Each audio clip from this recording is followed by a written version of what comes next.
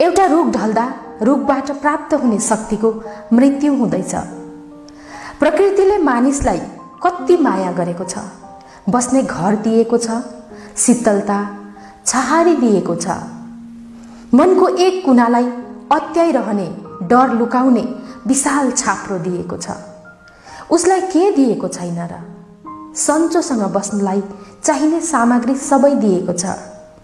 पेटको भोक भर्ने अन्न दिएको छ, ढुङ्गा, माटो, बालुवा, गिटी, काठपात। मरेर जाँदा लैजाने एउटा बाँसको सैयासम्म उसले दिएको छ। फोक्सोभरि श्वास भर्न शुद्ध अक्सिजन दिएको छ। प्रकृतिले शर्त बिनै शीत, हावा, पानी, घाम सबै जोहो गरेको छ। उसले दिएका यी निशर्त सहयोगलाई एक पैसा करसम्म दिनु पर्दैन। बिहानै पछि उसँग गुड मर्निङ, नमस्कार ठोक्नु पर्दैन। न एउटा सिन्के धुप दिएर उसको आराधना महिमा नै गाउनु पर्छ। मलाई यो देऊ भनेर उसलाई अराउनु पर्दैन। किन दिएनौ भनेर कराउनु पनि पर्दैन। ऋतु अनुसार, मौसम अनुसार उसले सबै थोक दिएको छ। ऊ आफ्नो नियममा अडिग छ। भोकाएको शिशुलाई कसरी खाना दिनुपर्छ, शिशुलाई कतिखेर भोक लाग्छ, एउटी आमालाई सोध्नु पर्दैन।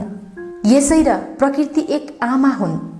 आमाले जस्तै प्रकृतिले पशु प्राणी मानवको स्याहार गरेको छ। मानवलाई लागेको भोक, मानवको झोक उसले सेकेन्ड, डिग्रीहरूमा अनुभव गरेको छ। समय बित्दै जान्छ, समयले दिन रात साँझ गर्दै कोल्टे फेर्दै जान्छ। प्रकृतिले ज्ञानका साउ अक्षरहरू मानवलाई दिँदै जान्छ। प्रकृतिले दिएका ती साउ अक्षरहरू हुर्किएर ज्ञानको कुञ्जी, ज्ञानको पुञ्जमा परिणत बनिसकेको छ। प्रकृतिले औषधि दिएको छ, प्रकृतिले आरोग्य दिएको छ। यसलाई ग्रहण गर्ने नीति पनि सिकाएको छ। सबैले बुझेका छौँ। एउटा रुख ढल्छ, एउटा रुख काटिन्छ। रुख रोएको हुन्छ, रुख चिच्याएको हुन्छ। उसँग एक मानव ज्यान असहाय बनेको हुन्छ। रुख ढालिन्छ मात्रै, तर चोट मानवमाथि। प्रकृतिले भनिरहेछ, एउटा बिरुवा रोपौँ, अक्सिजनको विकास गरौँ। प्रकृतिको सुरक्षा यसैमा निर्भर छ। रुख नढालौँ, नकाटौँ भन्दै प्रकृतिले हुकुम गरिरहेछ। तर उसको आर्तनाद आवाज सुन्ने कान सायद हामी मानवसँग भएन। प्रकृतिले चाहिए जति प्रयोग गर भन्दै मनज्ञ सामग्री दिएको छ, तर चलाउने हातहरू सायद आफ्नै खुवाइसँग नअगाउने भएको छ। आवश्यकताभन्दा अधिक रुखपात नकाटौँ।